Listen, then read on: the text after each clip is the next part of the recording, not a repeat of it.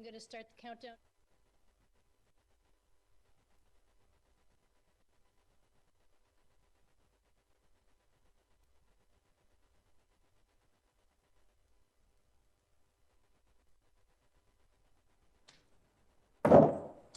I like that. Okay, good morning. This hearing will now come to order. As the hearing is fully virtual, we must address a few housekeeping matters. And before I welcome everyone, I need to read this verbatim to comply with the rules. So, for today's meeting, the chair or staff designated by the chair may mute participants' microphones when they are not under recognition for the purposes of eliminating inadvertent background noise. Members are responsible for muting and unmuting themselves. If you notice that you have not unmuted yourself, I will ask you if you would like the staff to unmute you. If you indicate your approval by nodding, the staff will unmute your microphone. I remind all members and witnesses that the 5-minute clock still applies. If there's a technology issue, we will move to the next member until the issue is resolved, and you will retain the balance of your time. You will notice a clock on your screen that will show how much time is remaining. At 1 minute remaining, the clock will turn to yellow. At 30 seconds remaining, I will gently tap the gavel to remind members that their time is almost expired. When your time is expired, the clock will turn red, and I will begin to recognize the next member. In terms of speaking order, we will follow the order set forth in the House rules, beginning with the chair and ranking member. Then members present at the time the hearing is called to order will be recognized in order of seniority, and finally, members not present at the time of that the hearing is called to order. Finally, House rules require me to remind you that we have set up an email address to which members can send anything they wish to submit in writing at any of our hearings or markups. That email address has been provided in advance to your staff. So that is the end of our technical script. And I will officially welcome you all to the first Interior and Environment Subcommittee hearing of the 117th Congress. And thank you to everyone. This is my first committee as chair, so I'll try to make as few mistakes as possible. And I'm very excited to say that my daughter, who used to be the Speaker of the House, has loaned me her gavel for this particular reason. So we have several new members on the committee who will be joining us at some point. Mr. Harder, Ms. Lee, and Mr. Cartwright, thank you very much for joining our committee. We're excited to have you. Ms. Capter, we will have her with us at some point today. Mr. Joyce is in another meeting, and he will be with us as soon as he can, but I'm looking forward to working with him as the ranking member. And thank you. I see Mr. Stewart and Mr. Amadei. Great to be back on the committee with you. And I'm sure that now that I'm the chair, I will be able to visit the wild horses and the sage grouse at some point in time. I'm pleased that the first subcommittee oversight hearing will be focusing on marine plastic pollution, recycling, and steps currently underway to move us towards a circular economy. Coming from Maine, as you can imagine, the ocean is critical to our culture and to our economy. And I personally have a long-standing interest in addressing waste challenges and improving sustainability. This hearing builds on the subcommittee's work last Congress. For the newcomers on the committee, we had a hearing in September of 2019 on marine debris and its impacts on ecosystems and species. And in February 2020, we held a hearing on ways to strengthen community recycling programs. I'm just going to go over a few of the key takeaways from those hearings. The marine plastic pollution problem is global in scope. It becomes worse each year and is increasingly devastating for its consequences. Addressing it will require a coordinated response from governments, the private sector, and non-government stakeholders. There are enormous economic opportunities and environmental benefits to moving towards a circular economy, but it will take a sustained commitment of the effort and resources we have to get there. Many of the tools that we need are available today, and we'll hear more about that. But unless we substantially increase the ambition and scale, the problem will only grow worse as pollution growth outpaces solutions. Finally, federal government has a key role to play both domestically and internationally. And most importantly, we are currently on the wrong trajectory. We need to move forward on the complex solutions to this problem, and we need to do it now. So I want to welcome our panelists. Thank you very much for taking your time to be with us today. Dr. Winnie Lau, Senior Manager of Presenting Ocean Plastics, here on behalf of Pew Charitable Trusts, who have done tremendous work in this area. Ginger Spencer, Director of Public Works for the City of Phoenix, Arizona. Thank you so much. We're excited to hear from you. And Nicole Collier, Senior Director for Corporate Affairs at Nestle USA. The panelists will discuss their work researching strategies to reduce marine plastics and successes and challenges that they've faced to improving recycling rates by the public in their communities. Also, some investments the private sector is undertaking to reduce packaging and to increase the recyclability of their products. I think we all know that COVID has created new challenges that we now have to navigate. So I hope our witnesses will talk a little bit about how the pandemic has impacted their efforts and if they think we can get back to where we were with recycling and plastics prior to the pandemic. Finally, I hope to hear more about what the federal government can be doing to support these efforts and what else we should be doing to increase circularity and sustainability. We know we need to work together to address the plastic pollution problem, and it will be instructive to learn about the progress in sustainable packaging that will help with waste management and reduce sources of this pollution, and our creative solution to addressing the global trash problem. Before the opening statements from our panel, since Mr. Joyce is not here, I would be pleased to yield to the chair of the full committee, Ms. DeLauro. Thank you very much for joining us, and please go ahead with your statement. Thank you so much. I admire the, first of all, congratulations on chairing the committee. It's a delight. No one knows these issues better than you do, Madam Chair. And having known your daughter, I think that was an appropriate sized gavel for her to be wielding and now passing it on to her spectacular mom. So, but I thank the chair and the ranking member and our witnesses this morning for testifying. Our world's oceans are near and dear to all of our hearts. I grew up on the shores of the Long Island Sound and have fond childhood memories of visiting New Haven's Lighthouse Point, where I remember playing on the beach, swimming in the water with my family and friends. But as the years have gone by, I have watched with sadness as both the Sound and all of our oceans having become choked with plastic pollution. When I was a kid, finding plastic on the beach was a rarity, but now it is all too common. Connecticut alone uses 400 million plastic bags each year, many of which eventually make their way into our oceans and waterways. And while recent efforts to clean up the Sound have made an important impact, the most recent data shows that more than 100,000 plastic bags still end up in the waters of the Long Island Sound each year.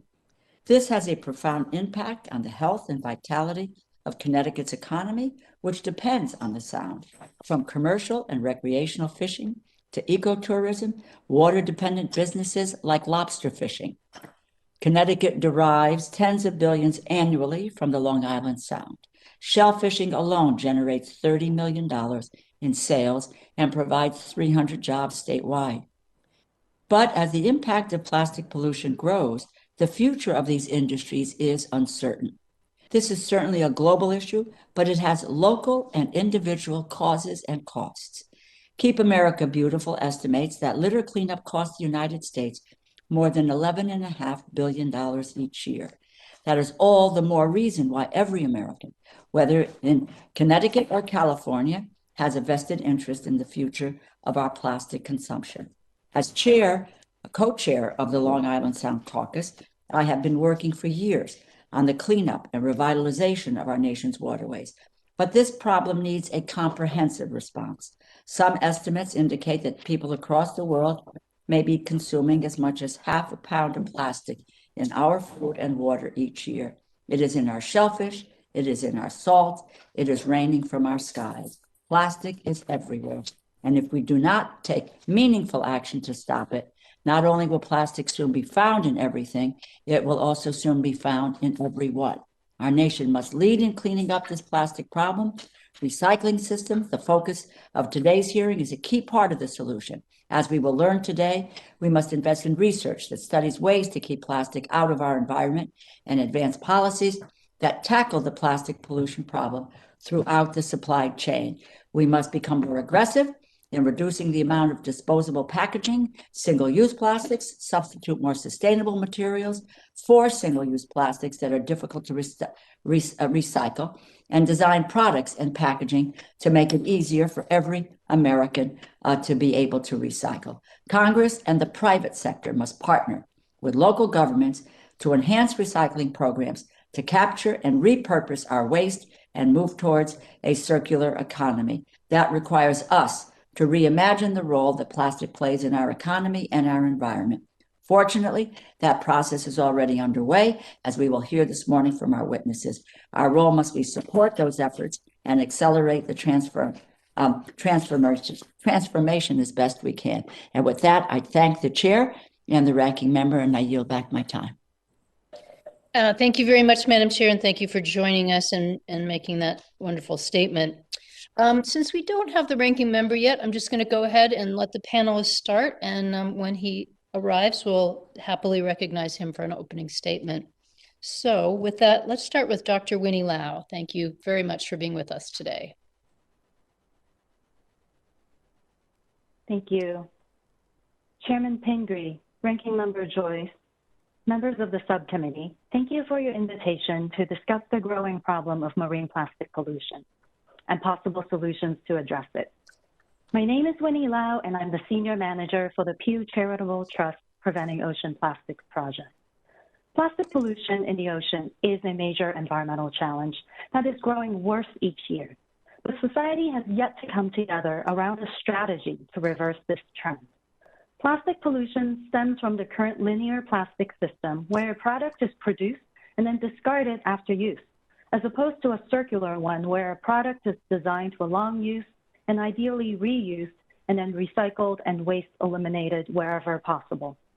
The cost of plastic pollution to people, the economy, and nature is estimated at $1.5 to $2.2 trillion a year. Last year, Pew and our partners produced a report, Breaking the Plastic Wave, a comprehensive assessment of pathways towards stopping ocean plastic pollution, and a paper in the journal Science. This morning, I will present our findings and relevant recommendations for your consideration. One of the starkest findings from Pew's work is that without action, the amount of plastic going into the world's oceans, rivers, lakes, and on land each year could triple by 2040. Leading to a quadrupling of the plastic that's already in the ocean today. The private sector and governments are responding with commitments and new policies, but these would only reduce plastic pollution by 7% in 2040. At this rate, businesses could face a financial risk of $100 billion in the next 20 years if governments pass the cost of plastic waste management onto them. There is no silver bullet. A fundamental system change is needed. Relying mainly on recycling, disposal, or reduction would at best keep plastic pollution at around today's levels in the year 2040, but would still require a lot of effort and resources. We simply will not be able to recycle our way out of this problem. At the same time, recycling will need to be part of the solution. The one strategy that could significantly reduce plastic pollution going into our environment is a system change approach that applies actions synergistically across the whole plastic system. With the technologies and approaches that exist today, we have the tools to reduce annual ocean plastic pollution by 80% in the next 20 years. The biggest bang for the buck is to eliminate avoidable plastic use and encourage the switch to reuse and refill systems. These changes could generate 30% less plastic waste by 2040, and governments globally could save $70 billion over the next 20 years on waste management costs. For example, the US government could exercise its considerable procurement power and put in place policies to reduce the purchase of single-use plastic and incentivize reuse and refill models by its vendors. A second complementary tool is to achieve a doubling of recycling rates in the next 20 years. Only 15% of global plastic waste is recycled, and the US figure was only 4.5% in 2018. Three key factors hinder the growth of the recycling sector. First, 80% of the plastic produced today cannot be recycled economically. Second, collecting and sorting of plastic waste are too costly due to the diversity of products in the market. Third, recycled plastic often costs more than virgin plastic. Putting in place design standards, recycled content targets, and improved collection and sorting technologies could support a robust domestic recycling industry with economic, social, and environmental benefits. I would like to highlight two other key areas that need attention. First, the U.S. contribution to plastic pollution does not stop at its borders. Decreasing and monitoring scrap plastic export to middle and low-income countries is needed. Second, microplastic pollution, especially tire tread particles, is an increasingly growing concern, especially for high-income countries like the U.S., and will require more research to understand its impacts and ways to prevent and reduce it. We feel there's an opportunity for the U.S. to take a global leadership role to reduce plastic pollution by 80% in the next 20 years, especially in the oceans, by encouraging a comprehensive system change strategy across government and the private sector. Thank you, and I look forward to answering your questions. Thank you very much. Ms. Spencer, we'd love to hear from you. Congratulations, Chairwoman Pingree, to you, to Madam Chair DeLauro, to Ranking Member Joyce and members of the subcommittees. Thank you for the opportunity to share the City of Phoenix's story on how we've met recycling challenges and our work to build a circular economy. My name is Ginger Spencer. I'm the Public Works Director for the City of Phoenix, and I'm very honored to be here today. Public Works is the City of Phoenix is the 5th largest city in the nation, where our mayor is Kate Gallego. The city is home to 1.5 million plus people and spans more than 500 square miles. Mayor Gallego and our city leadership are passionate and committed to recycling, sustainability, and building a circular economy. In 2011, Phoenix was described as the least sustainable city in the world. In 2012, our then newly elected mayor and now Congressman Greg Stanton set out to change that. The mayor and city council established a new initiative called Reimagine Phoenix, where our goal was to divert 40% of our waste from the landfill by the year 2020. At the time, we had a 16% diversion rate. So this was a very ambitious goal. I'm here to report that we achieved a high diversion rate of 36% in 2019, prior to COVID-19, and exceeded the EPA's national average recycling rate of 34% at the time, and that was without any mandates, fees, or fines to incentivize our residents to recycle. Everything we did was on a voluntary basis, using our existing resources and revenue. So how did we do it? In short, it was through innovation and partnerships. Thanks to the leadership and action of our mayor, city council, and city management, new public-private partnerships, a strong solid waste team, and some of the hardest working and most dedicated employees and essential workers that I know, we met the challenge head on. We said we've got trash and lots of it. We said we've got trash and we don't know what to do with all of it. And we said we've got trash and we want to transform it into a resource. The city has been in the recycling business for more than 30 years. We own 2 MRFs, 2 transfer stations, 1 compost facility, 1 open landfill in the city of Buckeye, and 5 closed landfills in Phoenix. First, we did a waste characterization study to determine the composition of our garbage and recycling. And we found out, for example, that 40% of what our residents were throwing away was compostable material. So we built a compost facility to divert the waste from the landfill. We also determined what was it costing us per ton to send our material to the landfill. And we entertained new business proposals to transform the waste into a resource that basically would cost less than to send it to the landfill, allowing us to create new programs and services for our residents without increasing their fees. We partnered with businesses, universities, NGOs, and innovators from throughout the U.S. to repurpose our waste. We partnered with Arizona State University and developed the Resource Innovation and Solutions Network and the Technology Solutions Incubator. That program, the incubator, helped grow 19 startup companies, generated $4.1 million in revenues, raised $3.72 million in capital, created 68 jobs, and manufactured 25 new products. We issued a call for innovators, i.e. requests for information, and partnered with our economic development department to issue RFPs like mattress recycling, palm frond recycling, waste to energy RFPs. We partnered with the Recycling Partnership using their free resources to develop a Oops Shine On program to educate our residents and reduce recycling contamination. In week 1, 70% of our residents received an Oops tag for contamination in the recycling. By week 5, 70% of our residents received a Shine On tag for great recycling. We partnered with the Closed Loop Partners and received a zero interest loan to make upgrades to our recycling facility located in the northern part of town, which allowed us to increase capacity. It improved the quality of our recyclables, and it increased our net revenue from $3 million that was projected to $6 million annually. We partnered with our friends across the pond and became a member of the Ellen MacArthur Foundation so we could learn from international cities who are already leading the way in building a circular economy and to highlight our challenges and opportunities here in the US.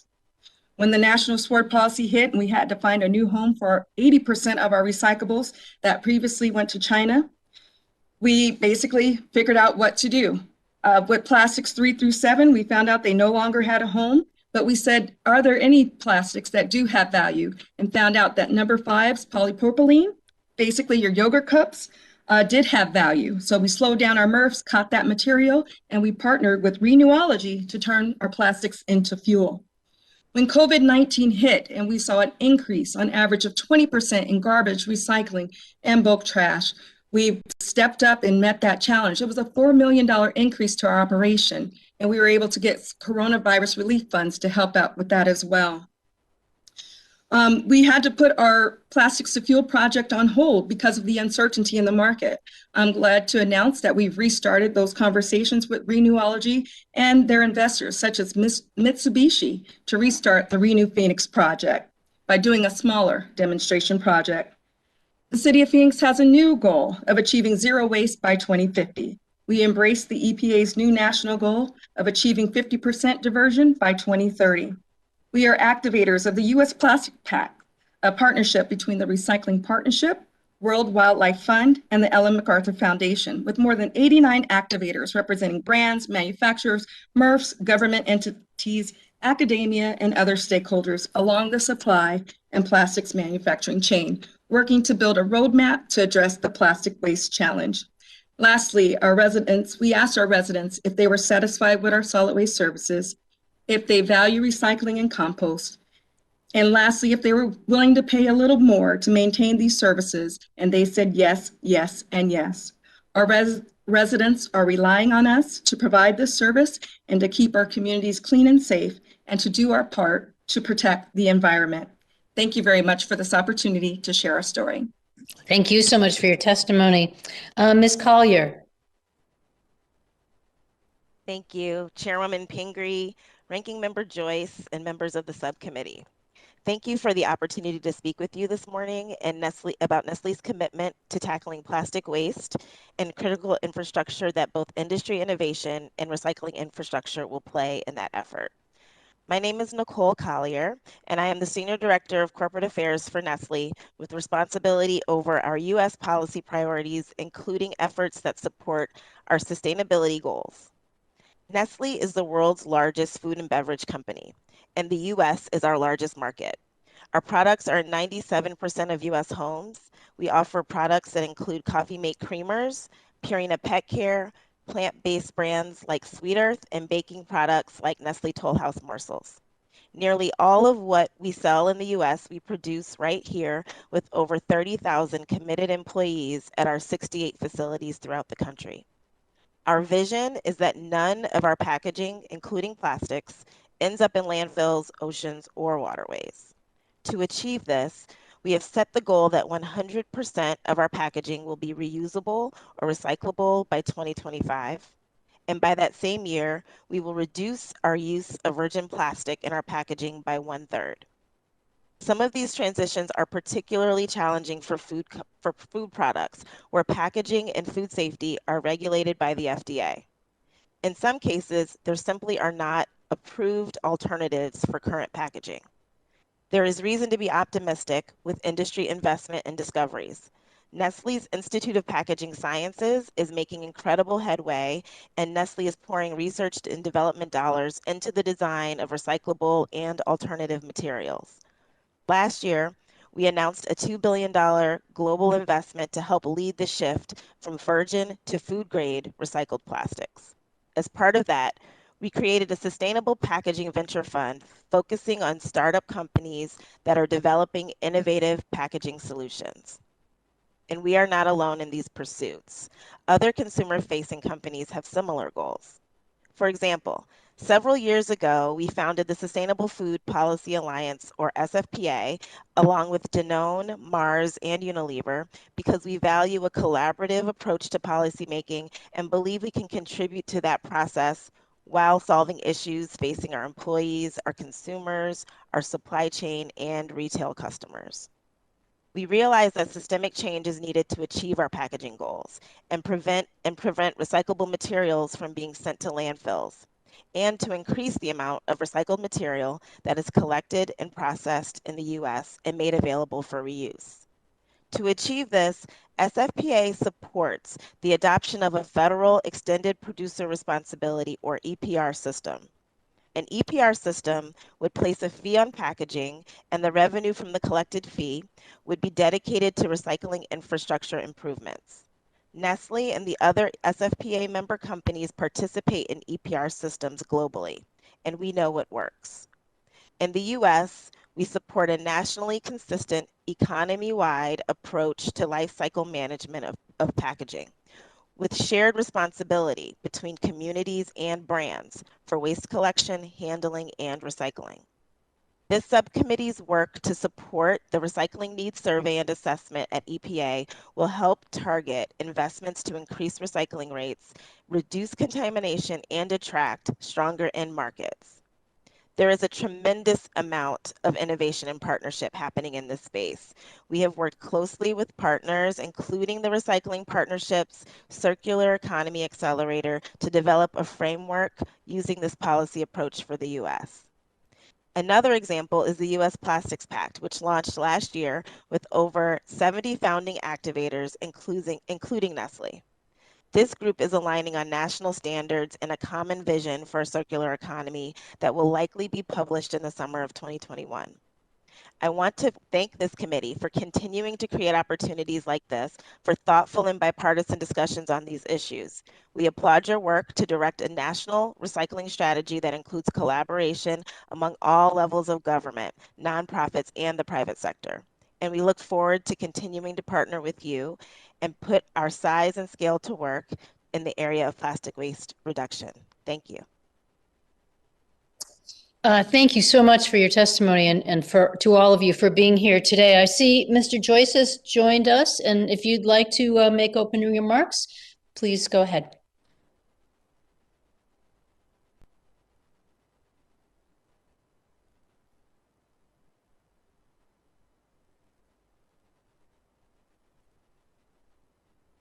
There we go. Well done. That's the biggest challenge of the day, is unmuting yourself.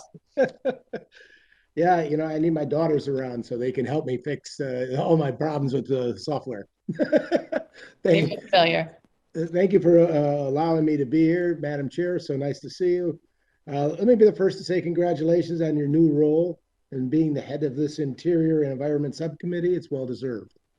I've heard your advocacy on behalf of Maine for the years you've been on it, and they should be proud to have you as their advocate.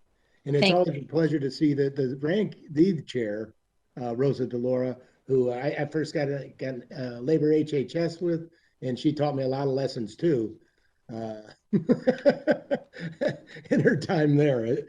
But you've always been a hardworking and well-respected member of the Appropriations Committee, and I'm really thankful for the friendship and the way we're going to help work together on this. As we kick off the subcommittee activity here in the 117th Congress, I'm hopeful we can continue this tradition that Betty and I, and certainly Betty and Ken, had in the past to reach across the aisle and tackle the tough issues our constituents face, while also maintaining the proper oversight of the critical programs that are falling within our jurisdiction.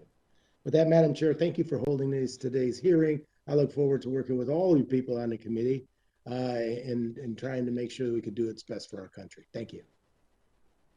Thank you so much, Mr. Joyce. It's a pleasure to have the opportunity to work with you, and will do my best to fill the big shoes that Ms. McCollum left behind, and to do my best to get up to speed quickly on all the things that you need to know to be on this committee that I know you know a lot about. So I'll lean on you. I'll recognize myself for 5 minutes to begin the questions. And again, thank you so much to our witnesses. It's going to be wonderful to have a chance to chat with you more.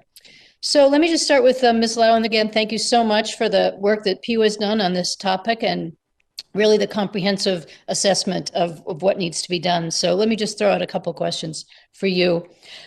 Why is a material design and substitution for plastic products not enough to address the problem? And then maybe I'll just throw in a couple of other parts of this. Why must we focus on both pre-consumer and post-consumer? And also, in looking at the whole problem here, what other research is necessary to understand the life cycle of different plastics and the challenges that we're facing? Sorry for that load, but I figured it'd be easier to just get them all out there. Thank you, Chair Pingree. I was writing it all down, so I'll try to capture all of your questions. If I miss anything, please do let me know. So what we have found is that, we started the work recognizing that plastic has a utility and has a value in society, but at the same time that the rate at which we're producing plastic is much higher than the rate at which we're growing the solutions, the waste management processes and infrastructure to handle that. So by applying approaches both to the pre-consumer and the post-consumer stages of the plastic system, we would be able to dramatically reduce plastic pollution going into the environment.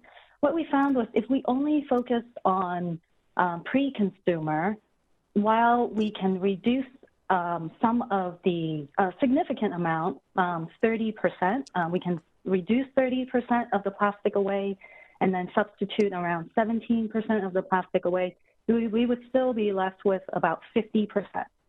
And right now, the recycling industry is only at 15% of recycling for plastic. So that would mean we still have about 30 to 40% of plastic that needs to be captured and safely handled and hopefully recycled back into the system. So without applying action to both pre-consumer and post-consumer stages of the plastic system, we would not be able to decrease plastic waste generation and decrease plastic pollution going into our environment. So material design, as you said, it's a really important part of this whole process. Part of the reason that it's difficult and costly to recycle plastic is that the plastic, when it's designed, is not necessarily taking into account what happens to the product, the packaging, once it's used. So sometimes different plastic materials are mixed together, which makes it very difficult to recycle or maybe impossible, could make it, and then also in the design of it, and you have multiple different polymers, different chemical formulations that require a lot of effort in sorting. So the whole system right now is not very efficient. And there are different ways to make it more efficient. As I said earlier, you could have design standards, you could have recycling content targets. Those could make the whole system more effective. And then at the same time, by reducing away the very difficult to recycle plastic, then you can take the inefficiencies out of the system. Thank you. Thanks. And I have many more questions, but I'll just quickly ask Ms. Spencer, thank you so much for talking to us about really the amazing work that Phoenix has done, such a great role model for our other cities. And I'm thrilled to hear that you have a composting operation and that you've just really taken a comprehensive view. So in going forward, and I don't only have a minute on this, but I can always get back to you, but what kind of research or information do you need to be able to make the assessments and decide what's going to be cost effective to do going into the future? Thank you, Chairwoman, for that question. So one of the things that was very helpful for us in the beginning was to do a waste characterization so we could figure out the makeup. What are our residents throwing away in the garbage? What are our residents putting into the recycling bin that's contamination? So that way we knew how to focus our efforts. Also trying to figure out, well, what was our cost per ton to send material to the landfill, and compare that against decisions to do composting, to do recycling, to do upgrades to our MRF, or to build a compost facility, for example, or to do other partnerships. One of the things that will be very, very helpful for us from a research standpoint moving forward is similar to what Ms. Lou said, is about being able to do life costs analysis when it comes to materials, when it comes to commodities. So not only are we looking at what is the cost of the material, what is the economic benefit that we can bring by selling that material, but also what is it doing to reduce greenhouse gas emissions? What is the long-term effect, so that we could actually look at what we call the triple bottom line and that overall economic benefit. So life cycle analysis definitely would be very, very helpful in our efforts to continue to build a circular economy. Great. I have to leave it there. I'm over my time, and thank you so much. Mr. Joyce, you're recognized for. Thank you. Am I on? I'm on mute. Okay. Thank you, Madam Chair. And also, for the record, I would like unanimous consent to include my full opening statement and a letter from the American Chemistry Council in the hearing record today. Without objection, so moved. Thank you. Ms. Collier, thank you so much for being here. All our witnesses today, thank you for being here. But I'm so proud of what you've done at Nestle's and the bold commitment you've made to make 100% of your packaging recyclable or reusable by 2025 and reduce the use of virgin plastics by 1/3. And I'm really proud that you're employing 4,000 Buckeyes in doing that as well. But can you take a moment to describe how Nestle will meet this goal using innovative solutions, partnerships, and consumer communication? And how might heavy-handed federal mandates and products ban potentially or hinder Nestle's ability to foster a circular economy and develop innovative packaging solutions? Thank you very much, Ranking Member Joyce. We're really proud to be in the heart of Solon, Ohio, so thank you for that. We do agree. I agree with all of the panelists and many of the comments that have been made. This is a complex problem, and Nestle is looking at this and looking at the kind of multifaceted, pronged approach to solving this issue. One, we also have a tremendous research capabilities throughout the company, and we're putting a lot of those resources and efforts into this plastic and sustainable packaging issue. We are to achieve our commitment, we are looking at the plastic that we currently use. As I mentioned, we have a goal of reducing virgin plastic in our packaging by 1/3 by 2025. And so we're very committed to doing that where we can. However, I think as was already mentioned by Winnie Lau, plastic does play an important role in food packaging. It helps sustain shelf life. It has a portion of food safety that we rely on. And so it likely will be a part of the food industry for some time. We are looking to continue redesigning and designing our packaging for recycling in order to commit to achieve our goals. We also are spending a lot of research and development dollars, as I mentioned, on new alternative materials, whether those are fiber-based, bio-based. We're looking at a lot of other types of materials for our packaging. We have a diverse portfolio of products and a diverse portfolio of needs of packaging as well. And so we've spent a lot of time investing in that. We also created this venture fund to invest in small companies and startups that are innovating equipment for local MRFs throughout the world. And some of that investment has come to the US. And I hope to speak about that as well. So there's lots of different areas that we're trying to achieve this work. While we know plastic remains to be a big problem, we do still use it. We do see that it has value, and we are trying to make it as recyclable as possible.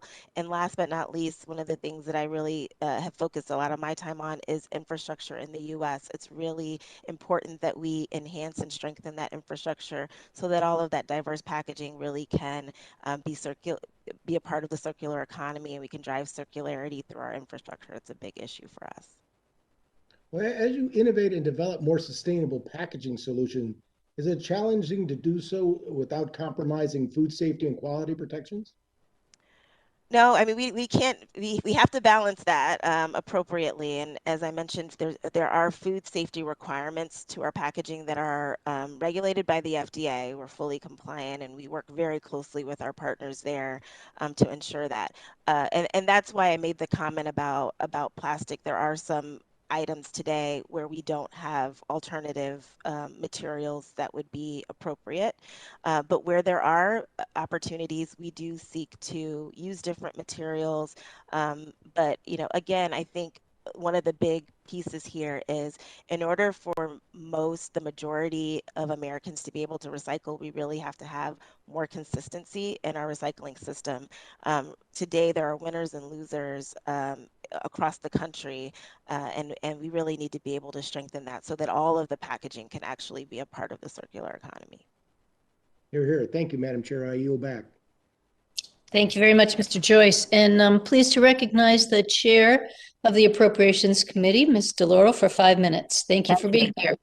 Thank you very, very much. And thank you for the testimony to our witnesses. It's really not only informative, but it really is, direction for the future and very innovative. And so we're grateful for that. Now, Ms. Spencer, let me just, you mentioned China's new recycling standards have forced Phoenix to reassess its plastic disposal methods. We've got many municipalities who have suffered from this change. And Stamford, Connecticut, used to earn $95,000 selling its recyclables. But after the policy change, it cost the city $700,000 to dispose of them. China's new standards have effectively eliminated a major foreign market for our plastic waste. And you noted the need to redevelop it, the U.S. recycling market, the opportunity it presents in job creation, innovation, partnerships. And it seems that recycling hubs would need to be used by multiple localities to reduce the cost of running them and to be able to maintain them. Has the city of Phoenix worked with other municipalities in Arizona to design new recycling hubs? How could the federal investment increase this effort? And in terms of job creation, do you have a projection on how many jobs a city of Phoenix's size could create with new recycling investments? Madam Chair DeLau, thank you for that question. Great comments, observations, and a great question. When it comes to plastics, what we do know from a Phoenix perspective, that basically 11% of what was showing up in the garbage was actually plastics, and about 15% of what was in our recyclables was plastics as well. To your point, we have worked with other cities. We have 2 MRFs here in Phoenix, recycling facilities. And there are other cities from throughout the Valley of the Sun that actually send their recyclables to us. So we have agreements in place. When the national sword hit, when COVID-19 hit, there were other cities who reached out to us who wanted to bring their recyclables to us as well. Right now, though, with the upgrade that we did at our North facility through the zero interest loan that we got from the closed loop partners, we were able to take down our older plant that was located in the southern part of town and send all of our recyclables there. Once we bring that location back up, we could look at bringing in additional cities. So investment in recycling infrastructure is so important. And if that was available, many cities would be able to continue to be in the recycling business. It creates jobs. We know that for the people who are working in the plants, for the people that are processing and sorting the recyclables, for the individuals who are selling the actual recyclables, for the people that are taking the recyclables and transforming that waste into a new product. So recycling, what we know, is great for the economy. I would just say, as we think about, and I say this to the chair and ranking member, as we think about infrastructure in its broader terms, you're talking about recyclable infrastructure seems to be a very worthwhile effort. If I can, let me ask Dr. Lau a question, and this has to do with the concept of the extended producer responsibility, which has not received support at the federal level in the past. But there, as I understand it, there's activity at the state level. Is the lack of extended producer responsibility success due to it not being scaled at the federal level? What other policy proposals would you pair with it in the recycling system change? Do you think industry support for this effort, for this model, is sufficient? Or do you think corporations should also work to eliminate plastic packaging?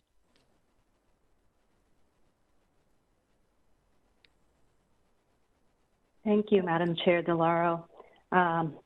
So extended producer responsibility is one of the policy solutions that we included in our analysis and found to be one of the solutions that will be needed to help increase the recycling rate globally and as well as in the US.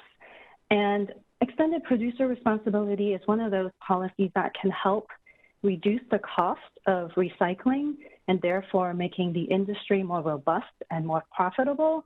And it is one where likely it will require government and private sector collaboration to make it work.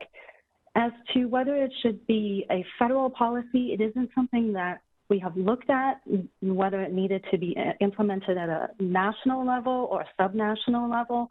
So I can't comment on that at the moment, but we do know that it is an effective policy. It can be an effective policy to make the recycling industry profitable and robust. As to it not being scaled, I think it's a newer policy, and it's one that more and more governments are looking at and trying. And so I think in the near future, this is a policy that would likely be applied more here, I hope, at home in the US, but also globally. Okay, thank you. And Madam Chair, thank you. I've gone over my time, and I can't yield back any time. I just took over my time. So thank you very much for your indulgence. Thank you. We're very pleased to have you join us today. So thank you so much for your questions. Mr. Stewart, you're recognized for 5 minutes.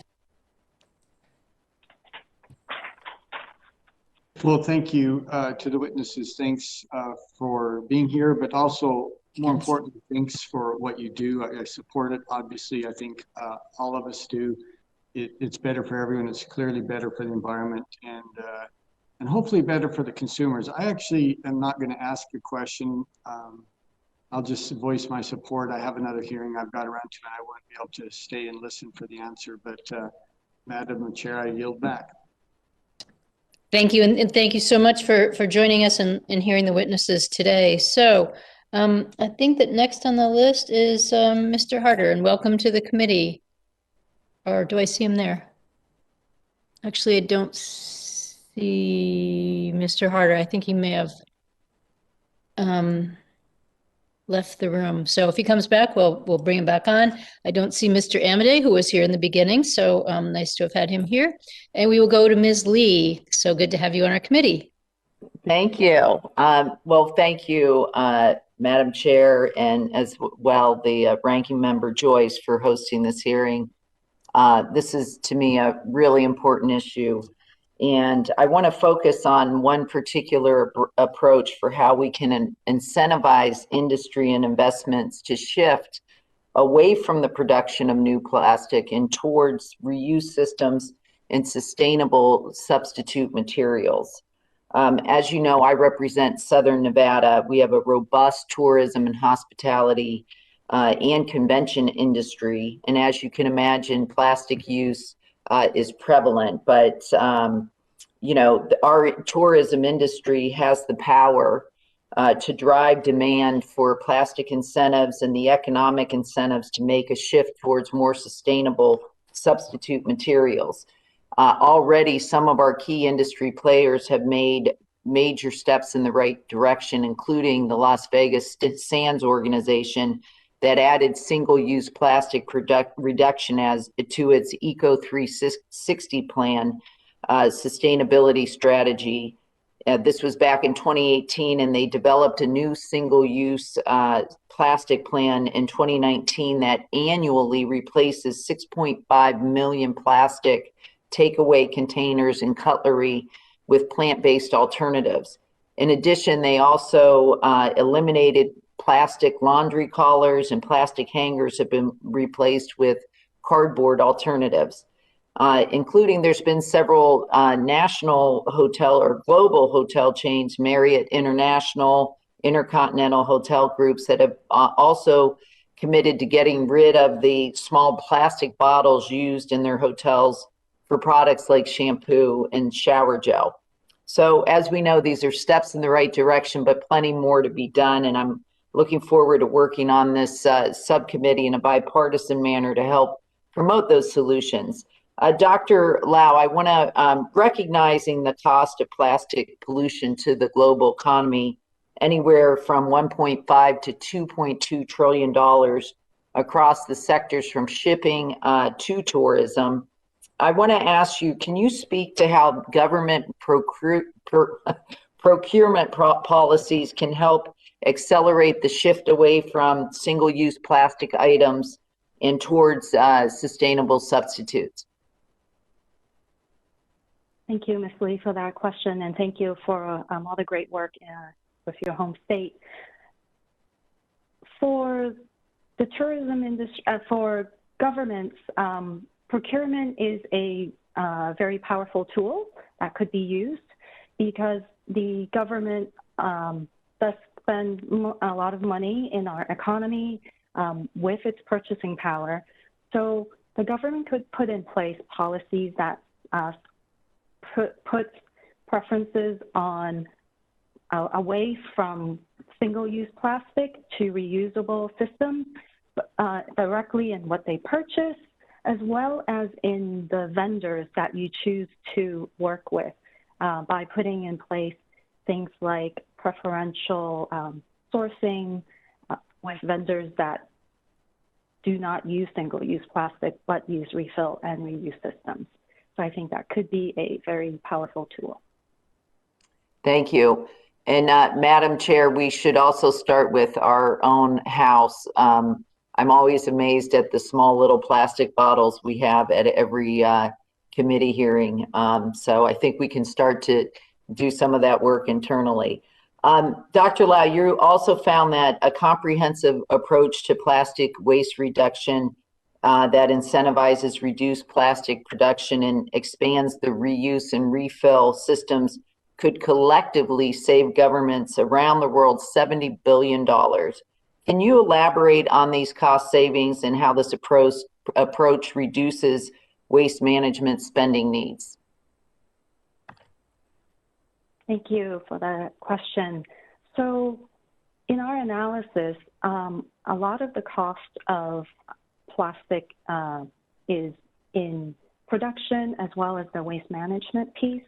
And by substituting away plastic, we essentially take away the need to manage the plastic waste that would be generated.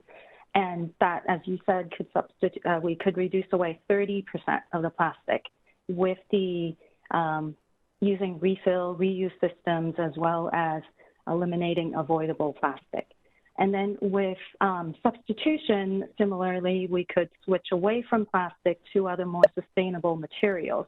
Those materials do have waste management costs, but for example, paper was one we looked at, and paper is has a very robust recycling industry.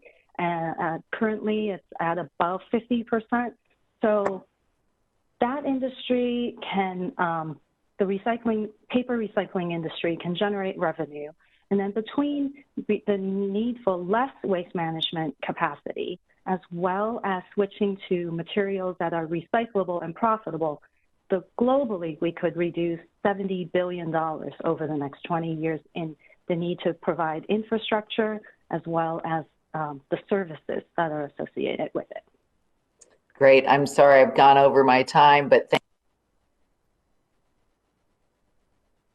thank you. I think you muted yourself at the very end, but thank you for your questions. And I will say, under Chair McCollum, back in the last session when we were actually meeting In the committee room, well, under Ranking Member Joyce and Chair McCollum, we had pitchers of water and individual cups. So there was an attempt on this committee that cares deeply about the environment to reduce our plastic use, even though that's kind of minuscule in the whole picture, but important to do. So, Mr. Cartwright, very nice to have you here.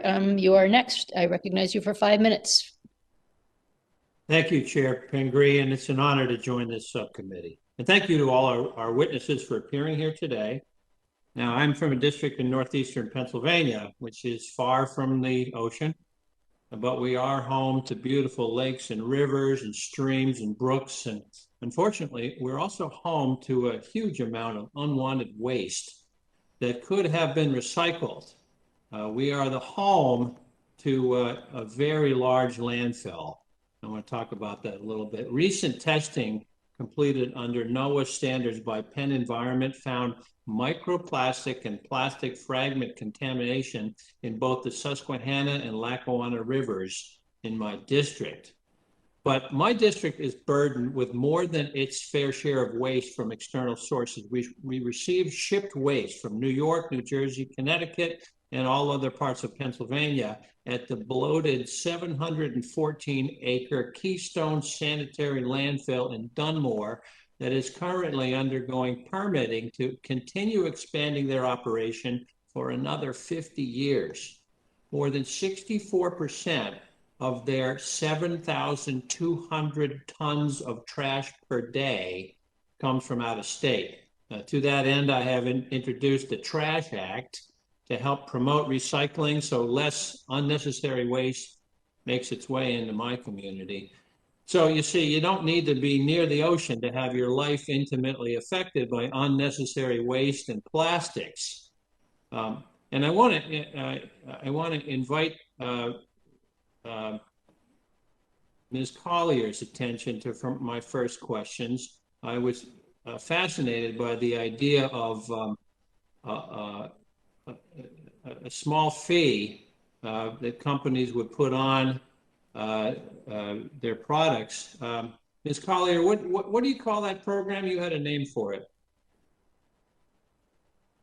Thank you, Congressman. Extended Producer Responsibility, or EPR.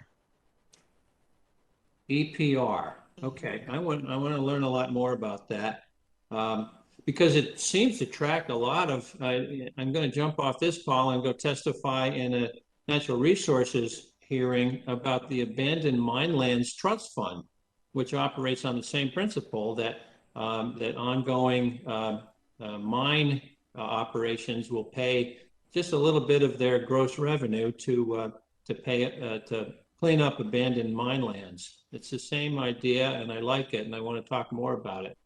And it certainly seems that Nestle is taking many of the right steps in ensuring that it produces easily recyclable products. My question is, have you worked specifically with waste management centers to discuss the end-of-life phase of your products and whether or not it's economically beneficial for them to recycle your products? Thank you, Congressman. That's a really big issue related to the infrastructure. We need to make sure that any systems that we develop or enhance, that it can remain profitable and sustainable, and that there are markets for the post-consumer material. So yes, we have had lots of conversations. One of the things that we've have found to be really successful are some of the partnerships and coalitions that we've been a part of. And a lot of those coalitions, like the Recycling Partnerships Coalition, and we've done a lot of work also with closed loop partners as well, brings together all of these like-minded and kind of interested parties, some of which, are competitors. Like I mentioned, we're working with some of our competitors in the marketplace, but also some of which that are not always aligned on how we should deal with these issues. And these coalitions have given us an opportunity to really talk about what an enhanced system, recycling system, a properly financed system really could look like, and how do we make it more profitable and more sustainable for our local recycling centers. It's a really key, they're a really key stakeholder. I want to jump to my last question. Norway recently adopted a system that charges companies what they call an environmental levy on plastic bottle makers and it's a levy that declines as the recyclability increases. And in much the same way, Britain is planning to tax manufacturers of plastic packaging that is less than 30% recycled. What are the pros and cons of a system such as that, and how can we ensure that any burdensome costs don't fall on consumers who may not be able to afford it?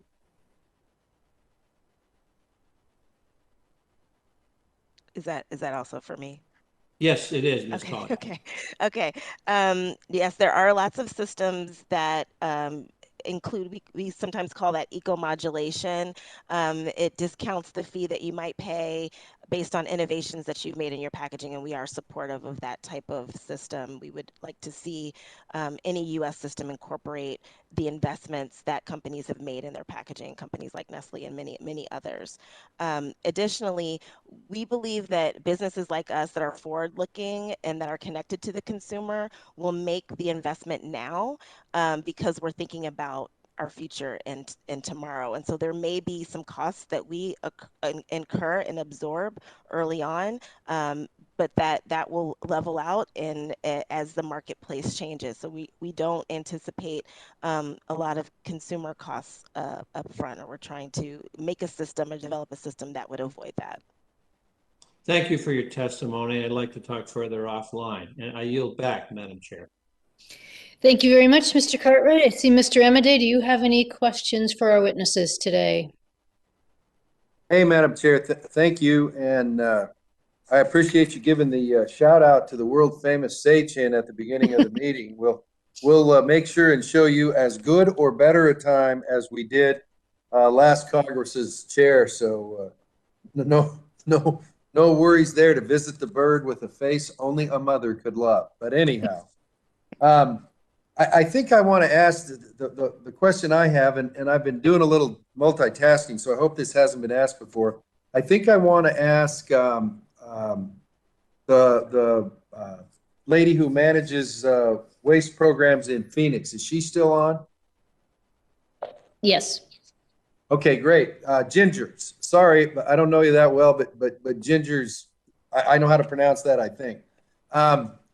Anyhow, as I look at the recycling programs, and as a guy, I know people think Republicans don't recycle, but I guess I'm an aberration. So I am a dedicated personal recycler. But one of the things I've noticed, and I live in an area where water isn't quite as abundant as it is in other areas of the country, which is good news for the Nestle people. Because we're buying it in bottles and stuff like that. And my question deals not with the simple stuff like those bottles, but we've received a lot of stuff. And I think that the company that has the franchise in my neck of the woods is headquartered in Phoenix. And they do the recycling as well as the trash removal. But a lot of the recycling stuff, the rules say it can't be contaminated in terms of food. And so as you sit there and look at the products that are being used for doggy bags, for pizza boxes, for all that health food stuff that I'm sure we all know about, is there anything in terms of, because to sit there and go, well, cardboard's supposedly freely recyclable, or styrofoam, or all that stuff, but I mean, and I found myself doing this, I know that this is a secret meeting, so nobody will know this, but you sit there and use water to wash the stuff that you're going to be able to recycle, which doesn't make a heck of a lot of sense. Help me, since it sounds like you're kind of on the cutting edge of all this stuff. Are we moving towards something where, and I get it if it's destroyed and obviously hazardous materials and stuff like that, but recycling being something that can't have food residue on it is an interesting concept if we're trying to encourage recycling. Congressman Amity, thank you for that question. So we get that a lot, and we do a lot of education with our residents. We actually have a cool tool called Recycle Wizard, where you can actually put in an item and see if it's recyclable, or see if it's compostable, or see how you can reuse it. Food waste in recyclables is a contaminant. And actually what we've done is videos to say, and First of all, because Phoenix, we are very concerned about water use. We promote xeriscape landscaping and that sort of thing. So it is a resource and we want to protect it. But what we found, I'll just use a yogurt cup for an example. Instead of rinsing it out with water, what we would encourage you to do is just leave it out on your counter, let it dry up. Then you can crunch the cup and scoop out the food waste, right? And now it's clean and you can put it in your recycle bin. When it comes to glass, even with candles, again, you can burn the actual candle material out, wipe it out, and then discard the glass. So we do a lot of education and videos to our residents. All of our information is free. We share it very freely as well with others on how you can actually recycle without using water to get rid of the food waste so that we can help the environment and be sustainable from a water standpoint as well as a recycling standpoint. Okay, and thank you for choosing the example for me that has to do with the yogurt cup. As I'm sure everybody knows, I'm a big yogurt customer. Not, but anyhow, thanks for giving me a chance. I'll try some sometime. That's all I have. I yield back, Madam Chair. Thank you, Mr. Amidane. If we'd known you were such a good recycler, we would have had a member quiz at the beginning to see who passed and who didn't. So maybe next time. Ms. Capter, Chair Capter, thank you very much for joining us today. Very much, Chair Pingree and also Ranking Member Joyce. What an interesting hearing. I'm sorry I couldn't join earlier. I had a veterans hearing as well. I wanted to mention that both Congressman Joyce and myself share a freshwater coast in the Great Lakes. And we're told that about 22 million pounds of plastic are dumped into the Great Lakes each year, half of which enters Lake Michigan alone.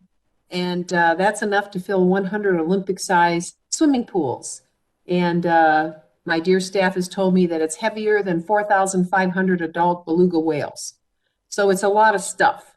And we're told also that 90% of the litter that's picked up around the Great Lakes is plastic. I want to commend NOAA for launching something we call marine debris, where in our region we challenge young people to be conscious of marine debris and to present artwork and papers that raise consciousness regionally. So I'm interested if Ms. Lau could talk a little bit about the regional impacts of plastic pollution, particularly on inland oceans like the Great Lakes. I have wondered as I've listened to this today, Ohio State University has been very involved in using a corn byproduct to actually make bags that used to be made out of plastic. And these bags, the first time they did it, and I went to a county fair and I picked up a bag, it melted, so it didn't work. But I wonder, I think they've perfected it now, if part of the answer lies in science and in developing materials that in fact disintegrate at some point. I also, in addition to that question about freshwater ecosystems and some of the challenges that we face there, I wanted to just put this on the record, the concentration of micro plastics in some of our tributaries. The Maumee River is the largest river that flows into the shallowest of the Great Lakes, Lake Erie, which is very sick right now. And we got the figure of 2.6 particles per cubic meter. This compares to 1.7 to 2.1 particles per cubic meter in the Portage and the Sandusky rivers, which are more upstream. And microplastic inputs to Lake Erie are estimated to be 4-fold higher than the other Great Lakes, Lake Huron and so forth. And we're told it's 80-fold higher than Lake Superior. Could the witnesses elaborate on what some of the long-term challenges these increased microplastic levels might have on the health, drinking water, and fisheries? And I'll wait for the reply. And I thank you so much for this hearing again, Madam Chair. You make a difference. Thank you, Ms. Capter, for the questions. First, with our study, we looked at plastic pollution in all waterways, oceans, lakes, rivers, and streams, as well as on land. And the trend is the same. We will be seeing tripling of plastic pollution across all these different ecosystems in the next 20 years if we don't dramatically put in changes to reverse the trend. We didn't Our study was a global study, so we didn't look at individual countries or individual regions. So I'm sorry, I won't be able to provide that specific answer for you, but extrapolating from our global study, I would say that you're right in your concern that in the Great Lakes and in the region, plastic pollution will continue to be a very big problem and likely will continue to get worse and worse unless changes are put in place. In terms of microplastic, it is something that is gaining a lot more attention as a pollutant, and in our study, we found that tire tread particles, in fact, made up 3/4 of the microplastic pollution among the 4 sources of microplastics we looked at. So tire tread particles, textiles from our clothing, the pellets, plastic pellets that turned into plastic products, as well as the microbeads that are in our personal care products. Those are actually smaller categories, still very important, but tire tread particles are extremely important. There was a recent study that looked at salmon die-offs in the Pacific Northwest, and they identified that it was a chemical from tire dust particles that was causing the die-offs in the salmon in the Pacific Northwest. So it is quite likely there are these other impacts in other ecosystems, other freshwater systems. So it's going to be very important that more research is done on microplastics and their impacts, but also their sources, so that we can find better ways to reduce them and prevent them from getting into our environment. Thank you. Madam Chair, I just wanted to mention, if I could, I know I'm over time and I'll try to do this really fast. Please do. But there are companies, and I will provide them to the record. I think one is called Renew or Regen. I just can't remember, where they are taking plastic because of their deep concern that half of the forests, the wood in the forest in our country that is being cut down for pallets. And they're trying to find a substitute for wood in pallets. And they've been recycling plastic to a point where they're able to make it stronger than steel, actually, as they get it to glomp together through a heat process, I believe it is. And because they were worried about reforestation and what's happening with our forests. And I think it'd be interesting to look at new industries that are being born by reusing recyclables like plastics. And I hear what you're saying about eliminating it in the first place, but I think there also are people that are working at the other end. And hopefully we can attract some of those to do greater business. And I will share those with the record. Thank you. Thank you, Chair Capter. It's really a wonderful resource to have you and our ranking member so knowledgeable about the Great Lakes. Those of us on the coast tend to think about water bodies and think about the ocean, but they're such essential resources that I know we'll have a chance to talk much more about them during this year. And next week, our committee hearing will be about forest products, the health of our forests. So if you want to put that on your calendar, it'd be great to have your input. We've heard from all the committee members, but we have a chance for a second round. So I'm just going to go ahead and ask another question. I recognize myself for 5 minutes. Ms. Collier, thank you so much for being here with us today. And I'm very familiar with the work that Nestle does, especially as part of the Sustainable Food Policy Alliance. That's been a really great movement forward in terms of so many things around transparency and packaging and just a whole variety of things, food waste, everything else. I've gotten to work with you and the other companies on a variety of issues. So thank you for being a part of that. As you know, Nestle has a long history of Maine as the owners of Poland Spring Water. Poland Spring Water is a 175-year-old water company. And we have been thrilled in that capacity to see that Nestle as a brand is taking using recycled packaging so seriously. We've also been excited to have the University of Maine, which has done a lot of work on cellulosic nano products to really look at some of these alternative methods for plastics. And I know there have been some alliances around the research that's going on there.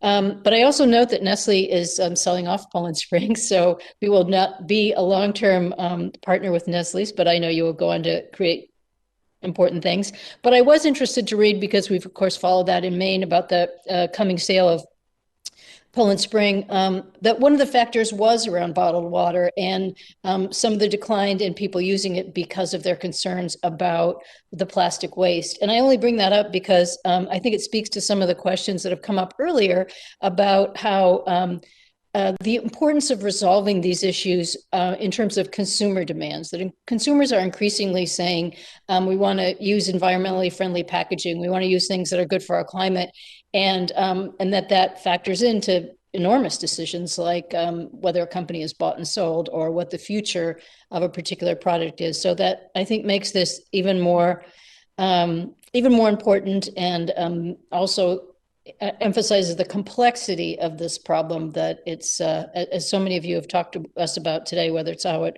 gets recycled, what's in the initial product, what leaches out of the products, so many things. So I'm just going to ask you, because I know the company is doing some work on bioplastics, and that's a big interest of ours. In Maine, Ms. Capter mentioned it, with corn. People have talked about potato-based plastics. We're interested in wood fiber, and just the opportunities there for more compostable products, or just the new fibers that might be used that may have less, leave less toxics in the environment. So, sorry, my question was so long, but just interested to hear how you see that work, and where you think we are with it. Thank you, Chairwoman Pingree. We really do look forward to continuing to work with you, and have appreciated your leadership on food waste, for example, but certainly in these areas as well. There are a lot of decisions and factors that go into business decisions, like the ones we've had to make in the last couple of years. So I won't necessarily speak to that too specifically, but I can say whenever we have products, and you're right, that our consumers are telling us that they want changes in our packaging, and they want to see less waste, and they don't want to feel guilty about purchasing products that they're not sure how to recycle or how to dispose of them. We're doing a lot of work to try to communicate with our consumers about their packaging and about their food. So that's one thing for sure. We have to be very responsive to that. And Nestle does invest in this space. As I mentioned, in 2019 we created this Institute for Packaging Sciences, and we continue to look at different packaging applications. Recycling is sometimes preferred for certain packaging because we can have that circular approach, but bio-based and biodegradable packaging is certainly also something that we're considering and doing a lot of work on. We've partnered with fantastic universities like University of Maine. We also partner with other universities around the world in this space, and we also have a partnership with the company Danimer Scientific to develop a marine biodegradable and recyclable bottle. And there's some information about that's public, and we continue to do work on that. That's research and development work that is not necessarily tied to specific businesses or divisions within the company. So we are continuing to do all of that. We want to be able to offer consumers a lot of variety in what they want, and we also are paying attention to what's necessary for the quality and the safety of our foods as well. Thank you so much. Mr. Joyce. Thank you, Madam Chair. Ms. Spencer, I'm glad to see that you came back. I was worried that I was going to lose you there when your screen went blank. Given that education is a proven tool to increasing recycling participation and producing more viable recyclable streams, last Congress, I was proud to co-sponsor the Recycle Act. And the Recycle Act will create a new EPA grant program to help educate households and consumers about the residential and community recycling programs. I, for one, in a local paper at home, started reading about the problems we were having at the recycling center at the township, and being the guy who shuttles in the household all our recycling up there, I know my wife, like mason jars in the bottom of crackers. Can't go in the stream. It's glass, so why would it go in there? Yeah, obviously, the fiscal year 20, we need to be educated. And so fiscal year 2020, this provides $1.5 million for these efforts. Not a big amount of money, I get. But could you take a moment to discuss just how community outreach, communication, education to sustainability efforts to residents and businesses were critical in helping you achieve the goals in Phoenix. Yes. Thank you, Ranking Member Joyce, for that. And also thank you for your leadership and for the Recycle Act. That is huge. That is huge. And it will go a long way to help communities with increasing education for our residents. In Phoenix, that is our first tier when we looked at developing our Reimagine Phoenix program. So the very first part is how can we educate our residents? The second part was new programs and services, and the third was public-private partnerships. So again, it starts with our residents. One of the things is we need to be consistent in our messaging, and we need to have technologies that will allow all cities to be able to recycle the same type of products. You mentioned glass. In Phoenix, we're very fortunate. We can recycle glass. We have optical sorters that allow us to do it, and we have a company that's located here that actually can take that glass and repurpose it. But the one thing that would be very helpful working with EPA as well as other organizations and coalitions, if we can have consistent messaging. And again, if we can have the technology that will allow our MRFs, whether if you have a MRF in your own township or your own city, or if you're using a regional approach, or if you're even working with the private sector through their MRFs, that we can actually take the material in the first place, process it, and most importantly, have a market for it so that it can sell and then be repurposed. So we do a lot when it comes to education. And again, for us, the residents, they are at the top of the food chain. They are our bosses and they want recycling, and we have to engage them. We surveyed them, and that's really what helped us with our efforts here in Phoenix, is hearing their voices and knowing that they value it and that they expect it and that they rely on us. Now, is in fact, it's been helpful to you to do that, but it isn't the, like say myself, schlep the stuff up there in the township, and then the township, the article was about it's not cost effective for them. People are throwing too much junk into the stream. If it's not going into the recycling, then it's just basically going to the lots or to the landfill. Correct. Thank you. I was going to say junkyard, but I knew that wasn't true. That too. And so, yes, sir, it is just very important that we keep our recycling messages very simple and that we give our residents options. But we should be clear about if we are taking a material, right, and our residents are paying us to do that, that it is being recycled at the end of the day and not sent to the landfill. So again, it's about keeping up the infrastructure and keeping up the technology so that we can take that material and we can recycle it. And it's also about creating those local markets and partnerships so that at the end of the day, it is being recycled, it is being repurposed, it is creating new products or turn to fuel, whatever the case may be. So we want to keep the message simple, and we definitely want to work with our residents. And we do community meetings when we, prior to COVID. Now we do a lot of information online, a lot of videos, a lot of tools for our residents. And it's not a question, but I'd like to follow up and be able to view some of those things offline after we get through with this. Yes, sir. Be glad to do that. Thank you. And it looks like once again, it's you and I, Madam Chair. So, and I know these ladies, we put them through a couple hours here, and I apologize for being late to begin with, but all of us get stuck in other meetings. But I know you're in good hands with our chairwoman, and I really appreciate the opportunity to hear from all of you today. It's very enlightening, and thank you for your service and work. I yield back.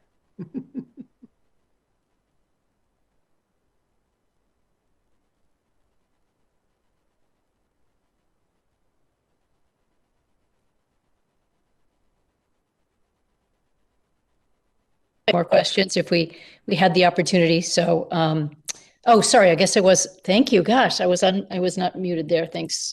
I saw you making hand gestures at me and I didn't realize. I thought I was just waving goodbye.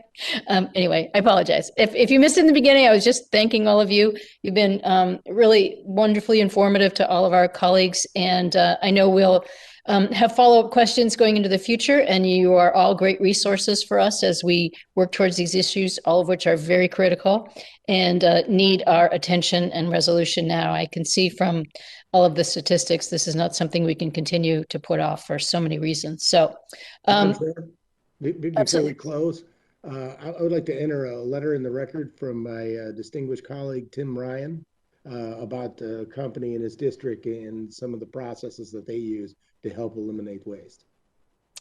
Absolutely. Without objection, so moved. Sorry. Absolutely.